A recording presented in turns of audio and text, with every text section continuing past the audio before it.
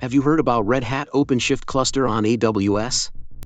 It's a powerful tool for developers and IT operations. Yes, I have. It streamlines application deployment across hybrid and multi-cloud setups. I read that setting up AWS is the first step. What are the essentials? Creating an IAM user, a public hosted zone, and a Linux-based jump server. Installing the AWS CLI, configuring it, and generating an SSH key for secure connections. Once AWS is set up, what's next? Deploying a robust OpenShift cluster with 3 master and worker nodes on AWS.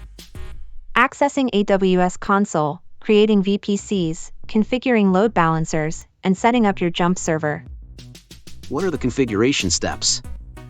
Configuring AWS, downloading OpenShift CLI tools, and accessing your deployed cluster. Diving into CLI setup, ensuring a smooth interaction with OpenShift. Learning how to uninstall the cluster cleanly if needed.